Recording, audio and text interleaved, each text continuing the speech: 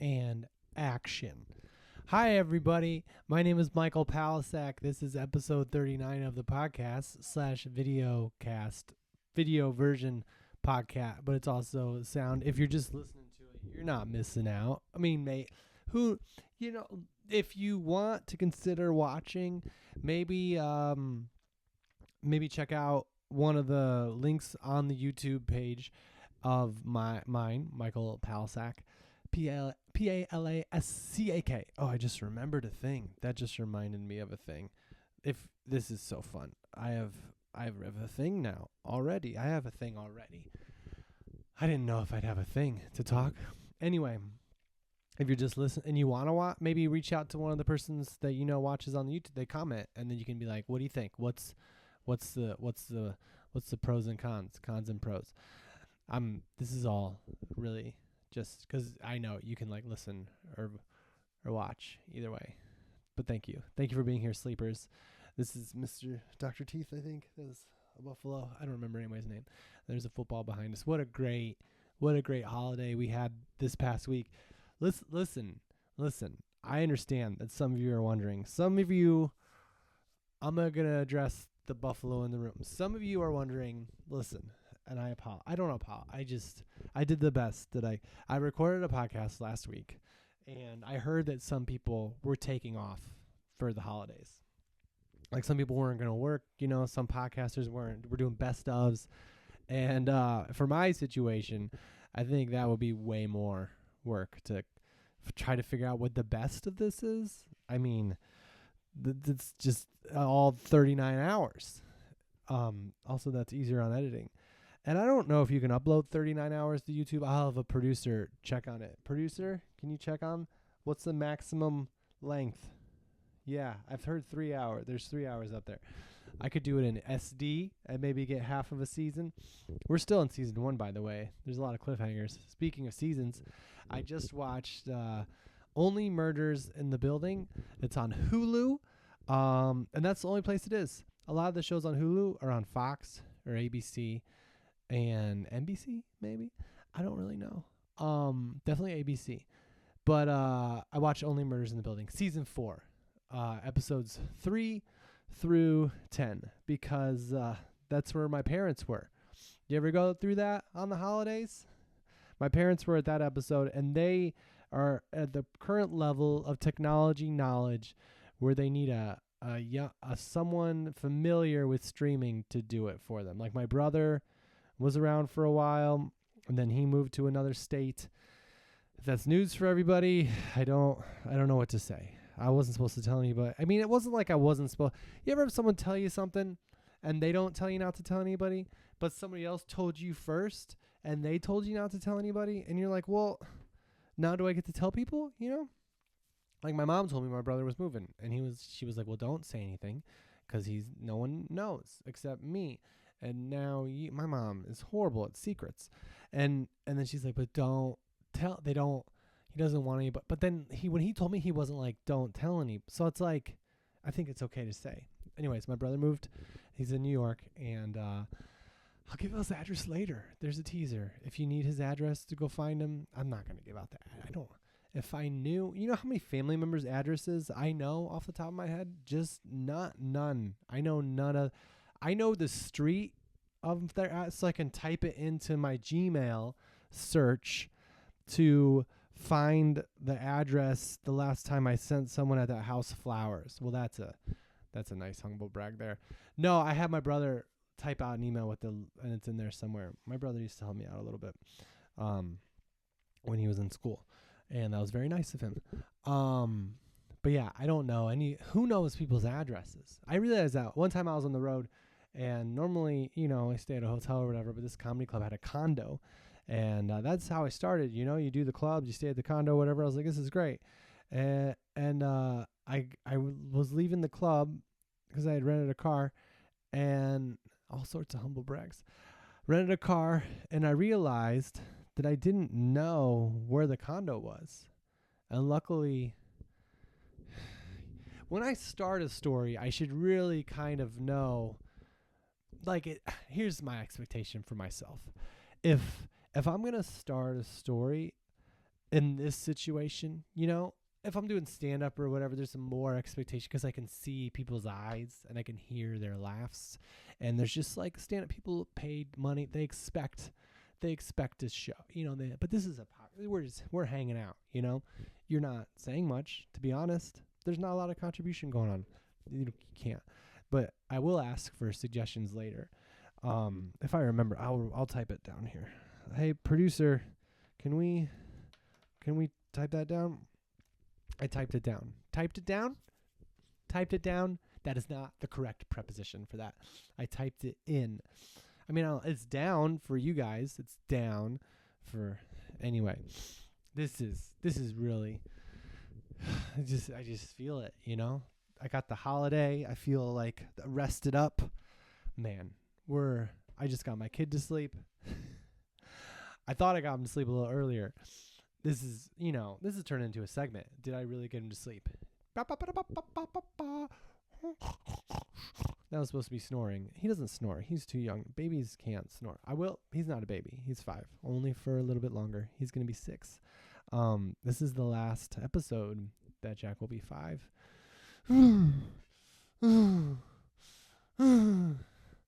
That's the wave of emotions as a parent. It's like, oh, I'm so glad he's asleep. He's only going to be 5 a little longer. Finally, a little time to myself. This is the last amount of time to myself I have talking to a camera and people where he's 5 and not 6. I just wish he would go to bed. Why do we have to do so much stuff? Why, if we're going to not go home right away, we should be able to go to bed right away. He's going to be so grown up. That was me. As a wave of emotions. Yep, he's going to be 6. I don't know what that changes. I feel like he's growing up, and it's my job to adjust, because he's going to be moving and shaking into 6. And I got to be like, all right, I can't do the 5 stuff anymore.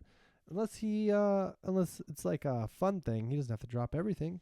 Anyway, I just lost track of all of my things. Sometimes I go back and listen, and I'm like, oh, that could have been in there a little more. I was talking about my kid going to sleep. So that was one of them. Okay? I know it might not have been the one you were thinking of, but it was one. And you can't talk about 2 things at once. You can't talk about 7,000. I've tried. It's okay. So if I don't go into it now, okay, then we're not going to get it. So let me talk. Let me go. Everyone's just like, what is he? Just do it. I'm washing dishes. Say what you're going to say. Or we're going to watch Only Murders in the Building. I don't think you can watch that while you do dishes. There's too much stuff going on. Anyway, I thought I got Jack to sleep the last time he's 5 before the next podcast.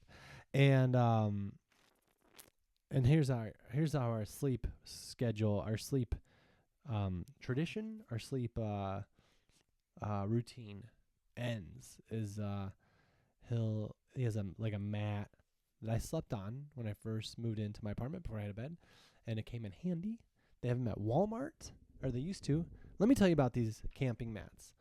They are wide enough for 2 people. They're not even necessarily camping mats.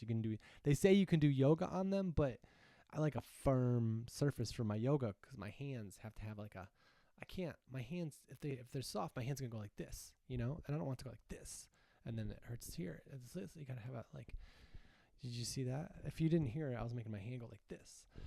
Or if you didn't see it, then you already heard. But they're like 3 foam things, and then they zip up in this thing that and it lays on the ground. And they were at Walmart. They were not very expensive, and they were dark blue. Am I mentioning it by brand in hopes of someday getting a brand deal? No, I'm just more open to it now. I used to be more sensitive to it of like, should I mention this thing for free? But now it's like, it's something I really bought. And it was a Walmart, and it was very achievable. And I was like, I never worried about what I would do with it. But then when Jack was at an age where he didn't need me to lay on him while he fell asleep, there's that baby age where I had to put my face on his chest.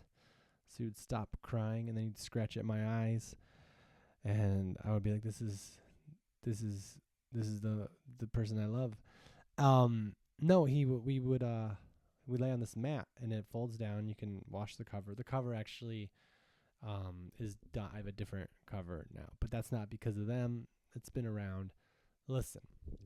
So we lay on this mat, and usually we lay on this pillow because I heard it's okay. Instagram Reels told me it's okay to fall asleep next to your kid. And if you can't get the right information from those, then where can you? Sometimes I just emphasize words because it just feels like it's fun. That's where we're at. But that's when I turn the lights off. He lays down, I lay down, and then when he falls asleep, I pick him up and I put him in his bed. It's like that's how I get my exercise in, my deadlift. I shouldn't say deadlift when talking about my live child. But today, I thought he was asleep because his eyes were closed, and I just thought that he would be so tired because of our day. And I went to pick him up and put him in bed, and his eyes kind of opened a little bit, and he was just like, "What are you doing?" And I was like, "Oh, I thought you were asleep." He's like, "No, I was pretending to be asleep because that helps me sleep." And I was like, "How wise is that?" I'm like an adult, and I have to remind myself of that. Anyway, I picked him back up. I was like, "Do you want me to pick him up?" He's like, "Yeah." And then I put him down next to me, and then I fell asleep, and then he fell asleep. And yeah, I bet you're really glad that I went back and got that one. Yeah, you are? Thank you. You didn't say that necessarily. So, Thanksgiving break. I had some other stuff I started to talk about that I just dropped. And we'll get it. Or we won't. But it's all okay. We're all okay. This is I just got my kid to sleep, and that's how I got him to sleep. And now he's asleep, and I feel very revitalized. That's what I would say. I'll just go to the first thing I wrote down. I think this is okay to dive into because I thought of it during the podcast, so it feels like it's still very organic. Like sometimes I feel like if I think of something ahead of time, and maybe we're thinking like maybe please start thinking ahead of time. This is all. Then it's like I'm shoehorning it in, as they say in the industry. So that's what I'm saying. Is my mic on? It is. That was a real surprise. So I went to go see a musical last weekend. Not last weekend. It was the Tuesday before Thanksgiving Wednesday. And because Jack's favorite babysitter was available on that Tuesday. Ever do that, parents? You ever do that where you're like, I don't have anything planned yet, but I'm going to see if this babysitter is available because he needs a friend. I play with him. I think I'm very good at it, but there's been times where he's just like, when is Asia coming over? That's his favorite. I think he has if you're one of his babysitters, he loves other ones too, but they play a specific game called the Evil Witch game. And I think the Evil Witch is kind of the hero in it. So if you're sensitive to that in this wicked time of year, they play that game, and I think she's forgotten it by now. She's said that multiple times, and he just like, no, we're playing this game, and it's fun. But anyway, I found out that she was available, and I was like, well, that's the night that I'm gonna do something. And then I found out that Back to the Future, the musical, was playing in my hometown, and it was going to be leaving soon. And I love the movie Back to the Future. So I was like, well, that sounds like a fun thing. So I went with a friend to that, and it was very fun. At first, and I'm sure this is everyone's experience that have seen the movie of something and then watched like a different version of it. It was like, oh, they're not the actors that I fell in love with, but then like that fell apart, and it was just like, oh, I just love this. And then it felt like you were in the car. Like the effects were so good. I had like tears of like emotional connection to the story, even though I knew the story. Whenever I see a story of like someone standing up for someone else, I emote physically, like a tear. That's called crying, Michael, because I feel like I'm so happy when people stand up for someone. I don't know why that is. Like, I've never cried at weddings before, but if someone stood up for someone at a wedding, but that's not really a good time. That would be bad news for that wedding if someone's like, you're not good enough for her. Anyway, that's not.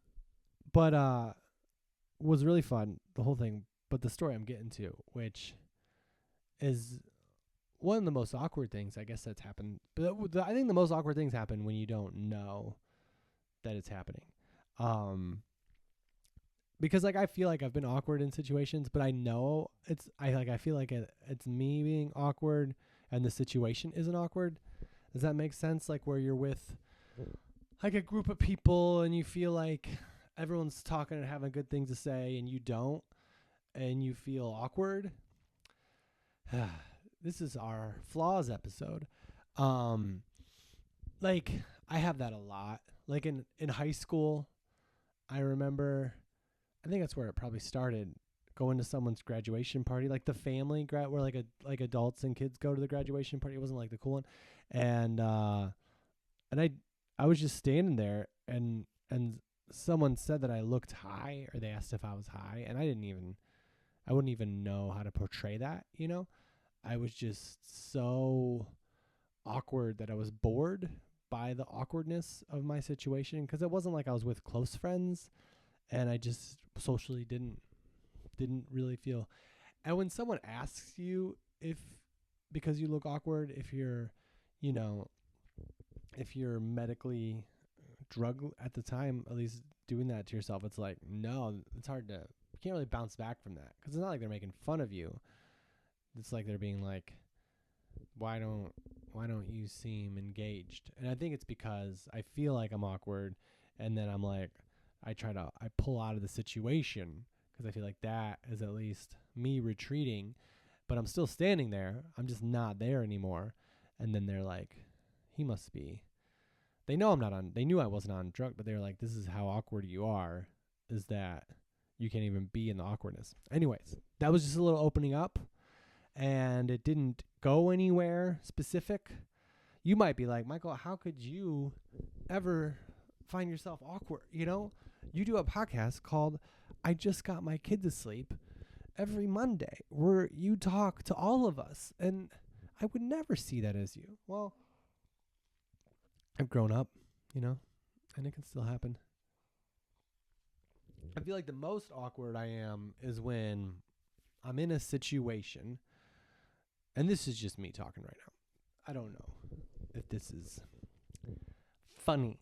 And you're like, has it ever been? No.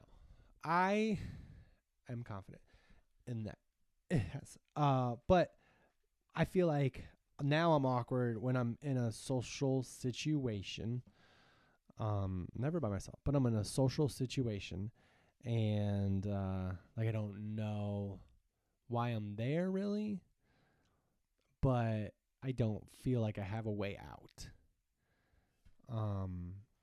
Because I feel like I have to be there, but I don't really know how to behave in the situation. Like as a comedian, sometimes you end up in a green room with people that are famous, and they're there because they're doing the same show you are for some reason, because stand-ups do shows. And then it's just you and that person, and you forget how to be you because you realize that you know who that person is, and part of you wants to talk to them about it, and they don't know who you are at all. And they should, you know, why would they? And so like it's kind of a one-sided, it turns into like, if they're nice and easy to talk to, that's easy, and it turns into kind of like meeting Santa as a kid, you know? It's like they're going to listen and smile, and that's nice. And if they're just being a normal person, it's going to turn into just an awkward situation. Anyway, this was an awkward situation that I didn't even realize was awkward, and I guess that was awkward. And no one's really talked to me that much since from the situation. I didn't think it was awkward, but I was told it was. So I went to the show with a friend, and afterward, one of her friends were there who I didn't know, and but she told me a friend was there, and then that friend came up to us, and she said, I'm is the contraction, which I imagine she said, and then she said her name, but it sounded a lot like my last name, like it began with a P and an A, and then that's where the similarity stopped. So, but I was so confused. I never heard her say. I felt like she was just saying my last name poorly. Like I felt like she was trying to be like, "Oh, you're this person," and I didn't. It was so similar, and it didn't really sound like a first name that I had ever heard before. So I was so confused. And apparently, she had her hand out, which was also a good indicator socially that someone's greeting you. But I just didn't see it. I think I was so enthralled. You know, she had seen the musical before. This is a good advertisement for Back to the Future musical. So she had seen it all. She had seen the car go back in time and then Back to the Future, as the title conveys. She had seen the changes they made from the movie to the musical, maybe to make it a little more timely politically, maybe to make it a little more sensitive to people who might be sensitive. There wasn't any gun violence, and there was in the movie.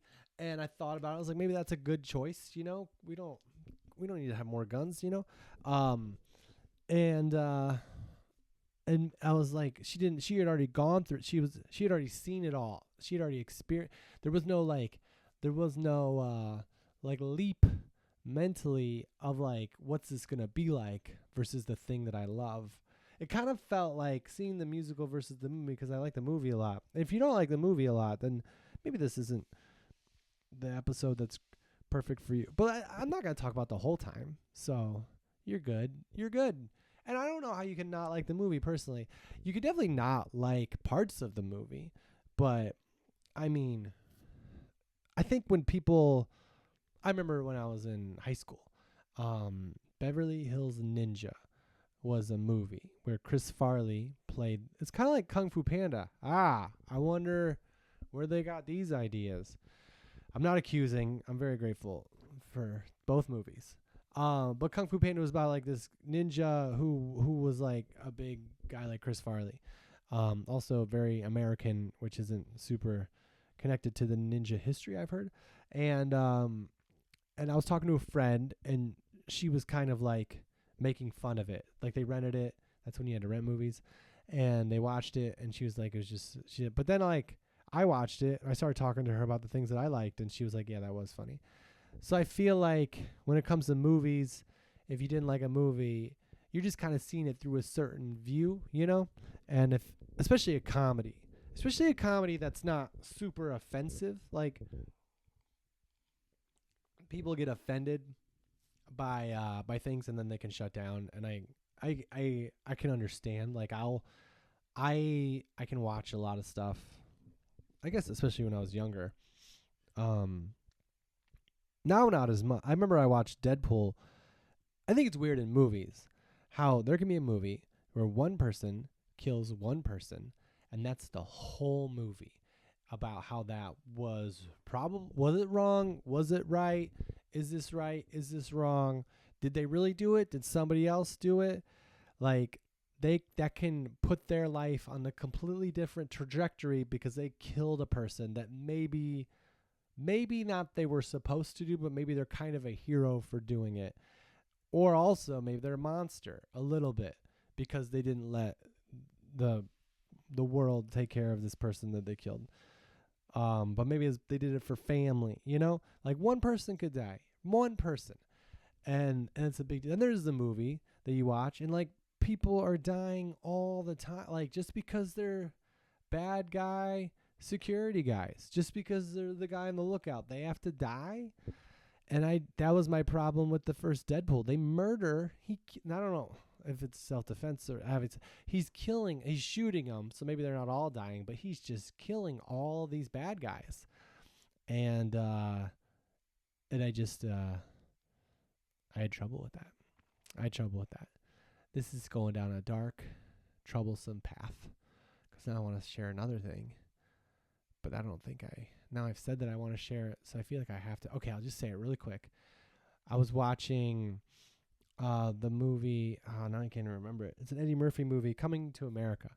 And I had a big problem. I just seen Django that year, so I didn't see Coming to America really as a kid. And Coming to America is funny. I can definitely see why it's funny. But I had a lot of problem. I realized once I saw Django, I have a lot of problems with kings and servants.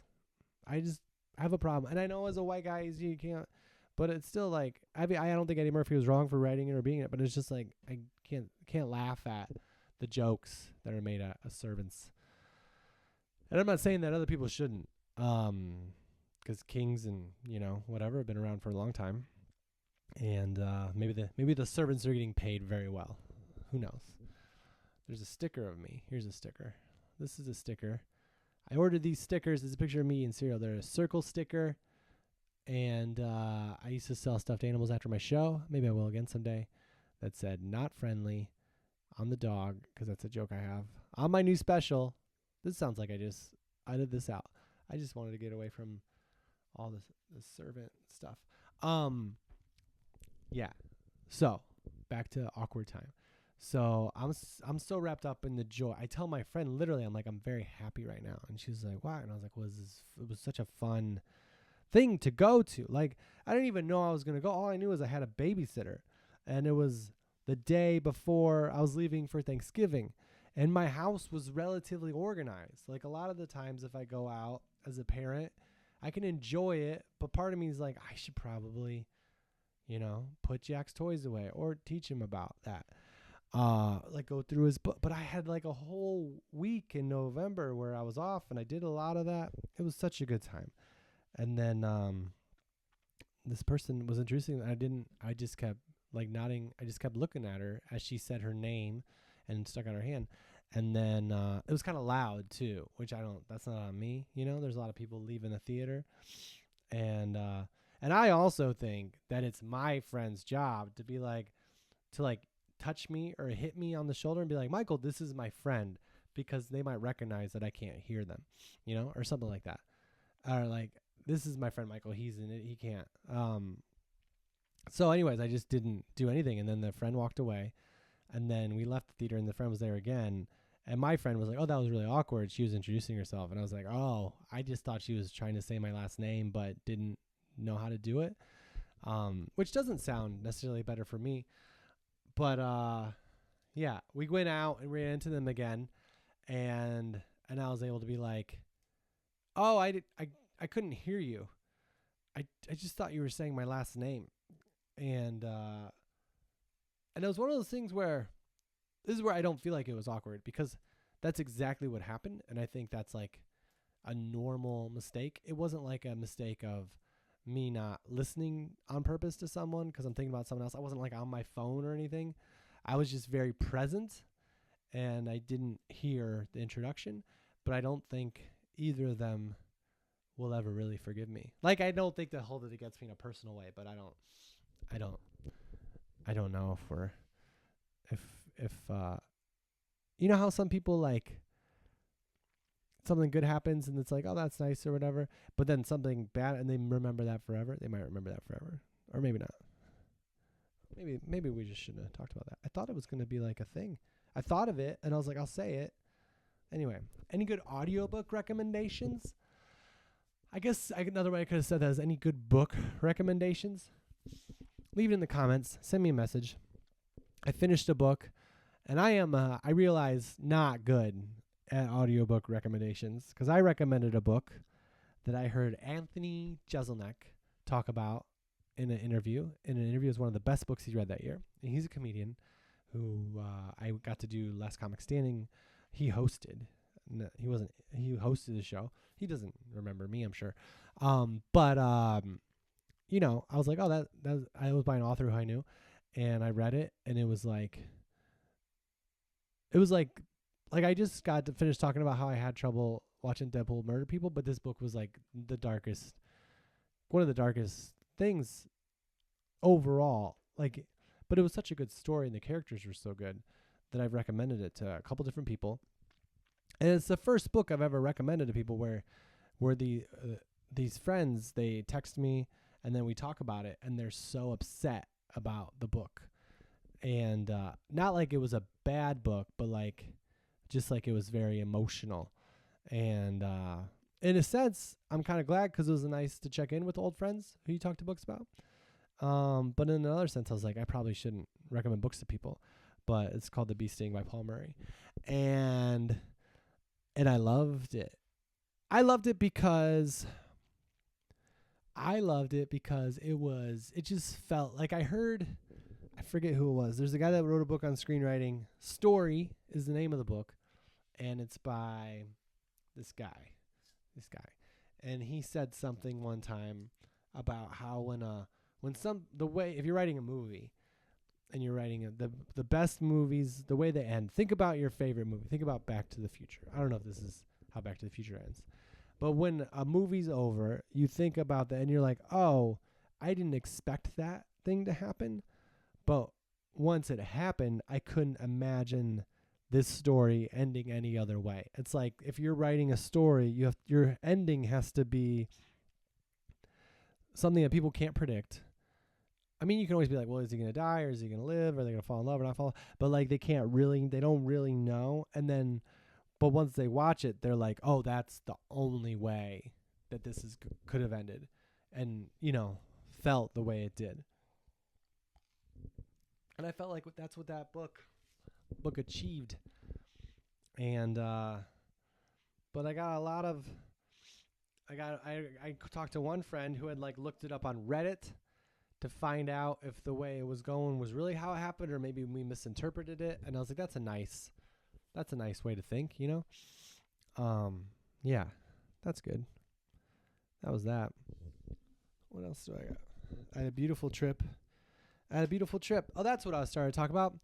Only Murders in the Building. I watched episodes 3 through 10. This is the part, I guess when you're home for Thanksgiving, you get to consume some media. I went to Thanksgiving at my parents' house by myself because my son did not come with me. I bought a ticket for him, but he didn't get to come. And I wanted him to come. But anyway, I thought it was like a huge bummer. Like we cut like some holidays I get to hang out with my son and sometimes I don't. And this is one of the don't ones. But it almost seemed like it would have been one of the would ones, like I would get to. So I bought a ticket because I always felt like in the past, he's like, oh, not him. He doesn't get to choose. He's 5. This is his last podcast before he's 6. I don't even think he knows I'm doing a podcast. I thought about telling him because before he went to bed, I could tell he was going to be hungry because he didn't really eat a lot of dinner. And I'm not saying it was on purpose, but it does seem like he had dessert lined up in his head. And I relate to that, I thought he would come back to it earlier, but it was like we were literally almost going to bed. And he was like, he talked about his tummy talking to him. His tummy talks to him, which is pretty impressive because my stomach, I don't remember it ever speaking to me. Maybe it's one of those things as a kid where like you have an imaginary friend and your organs speak words to you. But mine never has, but his talks to him every night. And it's like, I want dessert. But here's the good thing. This is the parenting hack. I don't know if we're going to keep that music thing that I was doing last episode. Because if this is your first episode, and it might be because I had a special come out last week called He's Friendly. And maybe the next one will be like, he is awkward when people introduce themselves and he can't hear. It's called He's Friendly, and it's on YouTube, where the video for this is, and it's free. For now, who knows? Maybe someone will buy it, and that'll be that. But it's there, and it's free, and you can watch it. And it uploaded. Wrong verbs. On Thanksgiving. I'm still working on captions, so if you want to watch it, if you want to read it, just give me a little bit of time, okay? It's a good read, I'm sure. Way more uplifting than the Bee Sting. I mean, the Bee Sting will make like having a having a good lunch be like, my life is great. Or it'll make like having an awkward someone saying, hi, my name is, and you being like, I don't, okay. That'll be like a small problem. But it's a good read. Have a good read it. Read it once it's done. The captions aren't done yet. But they will be done. Give me a week. I do it myself. I don't know if you can tell. There's a lot of self stuff here. Except these stickers. I had these stickers made. And yeah. I got a haircut since I got this sticker. What do you guys prefer? This haircut or this haircut? This haircut? I mean, it's the same haircut. This one is just a little longer. This one, my haircut person makes more money. This one, I save money on haircuts because I don't get it as often. Anyway, I have a joke about haircuts in there, and it's about the person that gives me it. Not anymore because we know each other better. But, yeah, it's hard to get haircuts as a guy. I mean, it's one of the easiest things ever, but they're always like, what do you want me to do? And it's just like, what do I want you to do? I don't even want to be here. You know, like, it is nice to go get a haircut. Like, it's very relaxing, especially like the further along in life. I think at every point in life, like, they wash your hair sometimes, they massage your hair, they massage your third eye. This lady does something right here, which I didn't know I had a third eye. You know, I have wear contacts. Do I need? Anyway, I was so excited for this haircut because I had scheduled it before, but it was one of those haircuts. My relationship was pretty personal. I just texted the person, and they were like, "Oh yeah, come on in," the next day. And then I didn't get like a confirmation email or whatever, and I was just like, let's see what happens. You ever do that? You ever know like there's a specific path to something happening, and one of the things doesn't happen, but you just show up anyway without asking the person, and then kind of because you don't want it to happen anyway, but you already committed to it, and you feel like you hired them to do something, and the promise of money is there, and if you back out now, that money, however small it might be, is work, and you're sensitive to that, because as a comedian, if someone just takes away work, it's just like, well, that was money, and you wake up in the morning, you're like, this haircut isn't that bad, you know, this isn't that bad, I can handle this, but you already scheduled the haircut, but you didn't get a confirmation email because you texted the person directly, and instead of being like, hey, is this still going on, you just show up anyway, and then you text, not really thinking it's not going on because they're pretty responsible and it always follows through. But then you get there and they're not there, and you text them and they're like, oh, I'm so sorry. And then you schedule one again 3 weeks later because you need one. Why am I I'm censoring myself. I'm just censoring myself. Audiobooks, right? That's what we're talking about. You can read my special. It's on YouTube. It's free. Watch it. You know, like, I think it'll be free for a while, but maybe if it takes off even more. 23,000 views, guys. 23. My other special, it was just kind of the audio and video, but not like with special cameras, like a lot of cameras and stuff, that we've already eclipsed that. We've eclipsed it. And we came out on Thanksgiving, which I think was the same day Dane Cook came out with his. So there was competition. I thought there wasn't going to be competition, but there was. Anyway. Yeah. Thanksgiving, went home to watch Only Murders in the Building. That's not why I went home. But I went home knowing that my parents had watched some of it but hadn't been able to finish it because they have an Apple TV. I love the Apple TV because it just feels like it. I haven't tried the other ones, but my parents had trouble with the remote, and I had typed out instructions for the other one, but I just haven't done that yet. So they were kind of stuck. So we started watching Only Murders in the Building at episode 3 of season 4, which is a big sacrifice on my end, I would like to say. Not that I'm deserving of any awards or a bigger part of the inheritance, but I did start a show in episode 3 of season 4 with my parents, who I thought about asking what the show was about first, but I was like, that might make them realize that they don't remember either. And I don't need to put anybody through that. I was an English major. I'll just use context clues. And here's my review of Only Murders in the Building from episode 3 of season 4 to the end of season 4.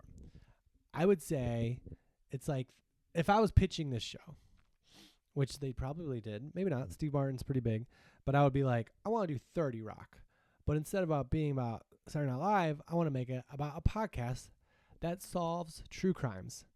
And I feel like when the show started out, they weren't solving crimes yet. They were just doing a podcast, and then the crimes happened to be in the building. But I need to watch the first season before I see that. Maybe the hook was someone dies, and instead of like just letting it go, they're like, we're going to solve this. And then someone was like, well, we should do a podcast too.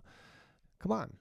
And it kind of makes fun of that whole like world of podcasts. You know, I always feel like it's kind of weird to watch like a documentary or listen to a podcast that's like a sad one, or it's like someone's like, oh, wow, look at this problem someone has. Let's film it.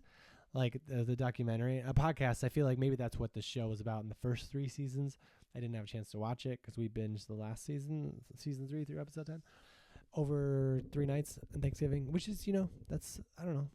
It seemed like a lot at the time, but not in a bad way, a good way.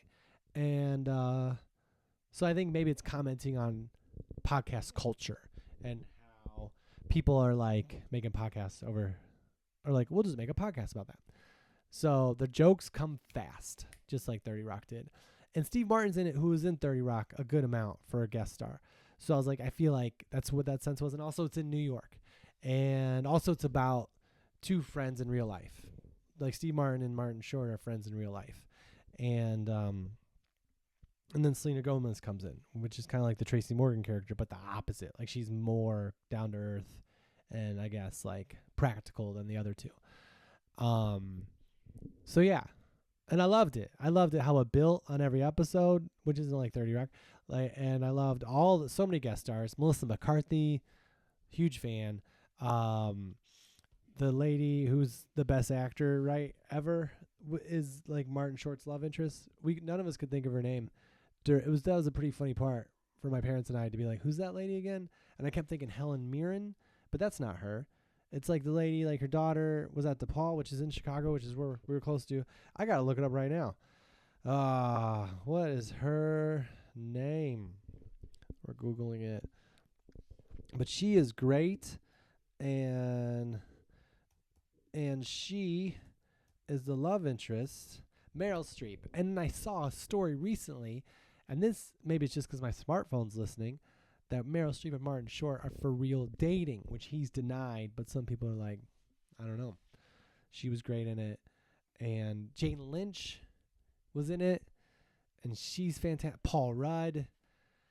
It's like a show that I think a lot of people like, and then they wanted to be in it, and they got to be in it. Like, I think that's when you know a show is really good, when it seems like the famous people want to be there, and that's what it feels like.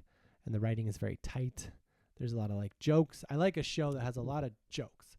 Like, I'm a very specific kind of comedy watcher. I like a lot of jokes, but I also like them to be very funny.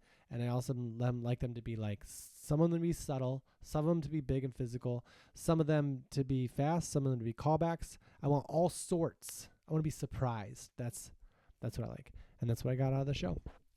And because you're also solving a murder. So that's fun. And after every episode, my mom and dad and I would talk about who we thought it was. It was a really fun time. There's also a lot of swearing in the show, which I thought my parents wouldn't be into, but their love of, I think, Steve Martin and Martin Short and Selena Gomez went further than the vulgar language, which I wonder if, like, whose choice that was, you know?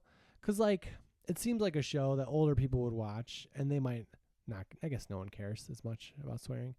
But yeah, now I got to go back and watch the first 3 seasons and 2 episodes, which my parents said they would watch with me. So, because there was a lot of jokes in each episode, and I got to the point after a couple episodes where I was like, I don't think they're getting these, because I was sitting on the couch like this, and my parents were over here, like we were perpendicular, so I could kind of keep an eye on them while I was watching the show.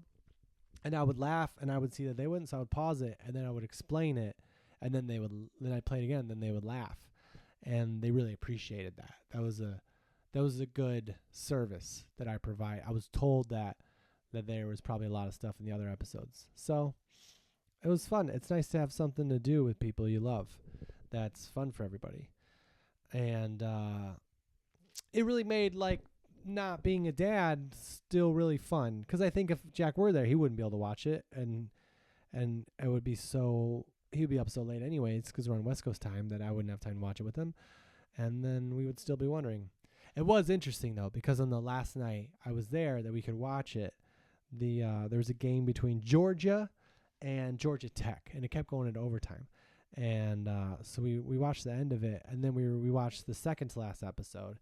And the second to last episode ends with like one of the main characters about to die. Like she's about, I guess I just gave it away.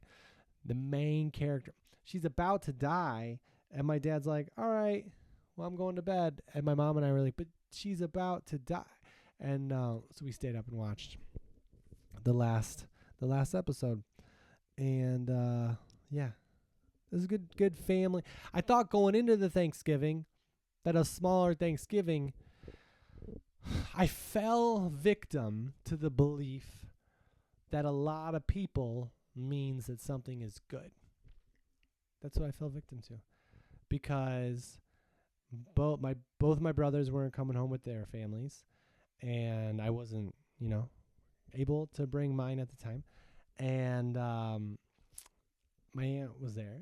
So it was a very minimal Thanksgiving. Like a lot of people were invited, and none of us took it personally, but it was just us. And I thought going in, like, maybe this isn't for me, There's no place I can go hide, It's just us. And I get along with my parents really well. And so I don't need that. But I was like, I thought Thanksgiving's supposed to be a lot of people. But I learned that it's kind of better when it's less people. Like, I think all of the people in my life that I would want at Thanksgiving are fun in, like, the group that they're in, But when there's so many people, it's like all the resources. I had so much pie every night, leftovers every night. My seat on the couch to watch football was wherever it wanted to be. And it wasn't like I was spending it alone and I didn't have anybody. I had two people. Like, my parents are, they're my parents. They're a little older, but their brains are fine. My parents are pretty young for me talking about them like that. But they're really fun, and they laugh really well. And they also fulfilled one of the main qualities of a Thanksgiving celebration is they watched my special as it debuted, which was really nice of them. That's not something I put on them. I don't know if you've ever made something and then have everybody be like, "Oh, we're going to experience it now with you in the room." But that's what we did. And I won't say that I got more laughs than Only Murders in the Building. I mean, they had like 7 episodes that I watched, but it was really fun to have them appreciate my what I did that night. They were there when it filmed too. It was very special. I think if you have special people in your life, this is the advice part of the show. That's the advice theme song today, because I forgot what it was last week. If you have special people in your life and they make a thing, you don't have to lie to them if you don't love it, if you're morally against it or whatever. But if they make a thing, you can always be excited that they made it, and then you can experience it fully, whatever it is. And that will strengthen your relationship even further than you've ever imagined. So just a heads up on that. If you got anybody in your life who's making a thing, and you can go watch it, or you can listen to it, or you can download it. It's not downloadable right now, but and comment on it and tell people about it. And you don't have to lie. Like, if it's not your thing, you don't have to be like, "Hey, I'm going to do this thing." But if you can just be excited that they did it, that's very special. Because it's one thing to have people who you don't really know, but who like what you do, like it. But it's another thing to have the people that you like it, because they're the people that you live with, I mean, I guess I have a group of people that I know through the internet who like what I do that I could always just adopt as a family. But I don't know where they all live, It's probably awkward. It'd be weird if they always talk about people falling in love with like a musician or actor or whatever and then stalking them. It'd be weird if like it was the reverse. Maybe that's my new show idea, where like the famous, or not famous, but the comedian or performer or whatever found themselves alone and they're like, I'm just going to go hang out with people who like what I do now and they'll be my family. Just them showing up at your house, and at first you're really excited because there's this like TV star or movie person that you've never gotten to meet. But then once they're in your house and they're sharing food with you, that's probably nice. But then they want to hang out again, and that's nice too. But then like again and again, and now they're just a person. I think that might be the best way to handle like a fan who might be, if you had the time, if you had someone in your life who was like really, I don't know, super fan, just hang out with them and let them realize I'm just a normal. That's how I handle most relationships, I feel like. If there's someone out there who's like into you as a person, all you have to do is hang out with them and they'll be like, yeah. Or not. Maybe they'll love you even more. But I don't know. It could backfire. I do think that is part of things that happen in relationships, where people have an idealized view of someone in the form of a crush, and then when that person hangs out with them, they're like, and then that other person's like, well, what do you? Anyway, that's a lot of vaguity. I went to the gym with my parents. They are members at Payless Orland Park Health and Fitness. That's what it is. Orland. It's a gym, and they do a lot of walking, and I did some running, and I did a lot of laps, and they walk, I think, a mile or 2 miles, and I ran, and I thought it would be really fun because I would just be passing them a lot, and it wasn't really fun. I didn't really get to talk to them while I was running past them because I was out of breath. Like one time I was like, hello again or something, but that was early on in the running. Like a couple minutes later, I could barely, breathe, let alone engage in a semi-comical way. But then after I did my running, my dad and I shot baskets, and that was fun. I always like doing sports things with my dad because he doesn't do it for himself, and he used to play with us when we were kids. So I feel like I get to give back a little bit. And his shoulders are a little tight, so he really couldn't even shoot. But he was so grateful that he got to kind of shoot. And then eventually he said he felt better. So it was a very happy Thanksgiving.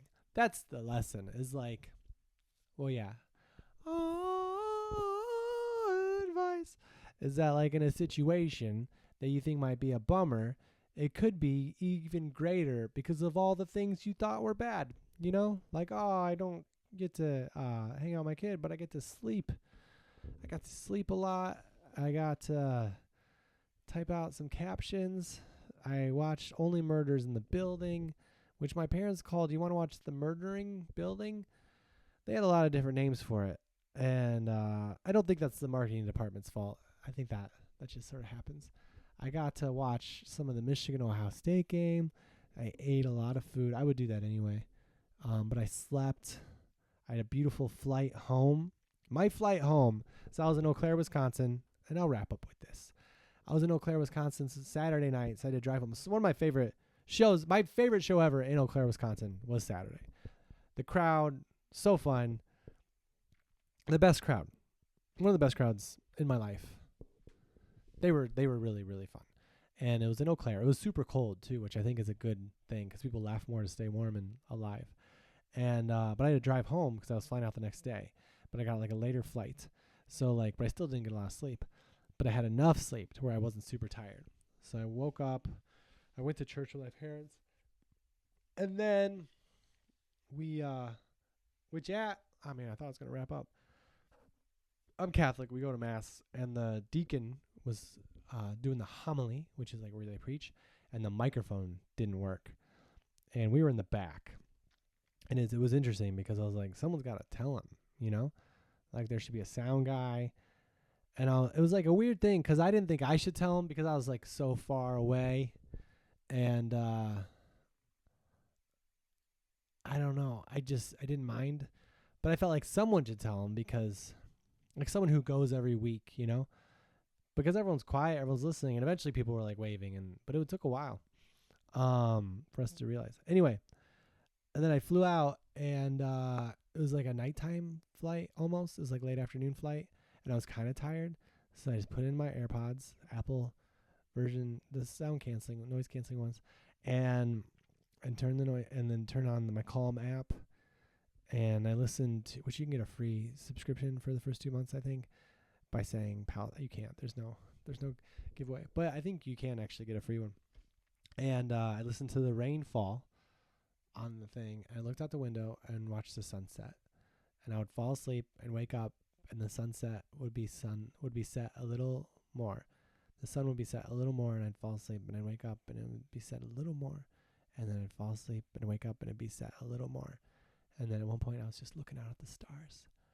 And when you're flying with a child, you don't get to do that. Like, I don't even get the window seat, you know? Anyway, I hope everyone had a great Thanksgiving. I know I didn't cover what you guys did for Thanksgiving, but I'm sure it was really good. This week, I'll be in Little Rock, Arkansas, Wednesday through Saturday. It's it's my last time on the road while my son is still 5. This is my last time. And yeah, then the next week I'll be in Memphis, Tennessee, and Groveland, California, then Rosemont, Illinois at Zanies, and then Zanies in Chicago, Illinois, and then Mahomet, Illinois to wrap out the year, New Year's, wrap up the year. Yeah, thank you. I'm very grateful for everybody. Special, he's friendly on YouTube. That's. I'm sure you've all watched it. I've talked to some of you about it. So, yeah, wow, we went overtime. Thank you, and cut.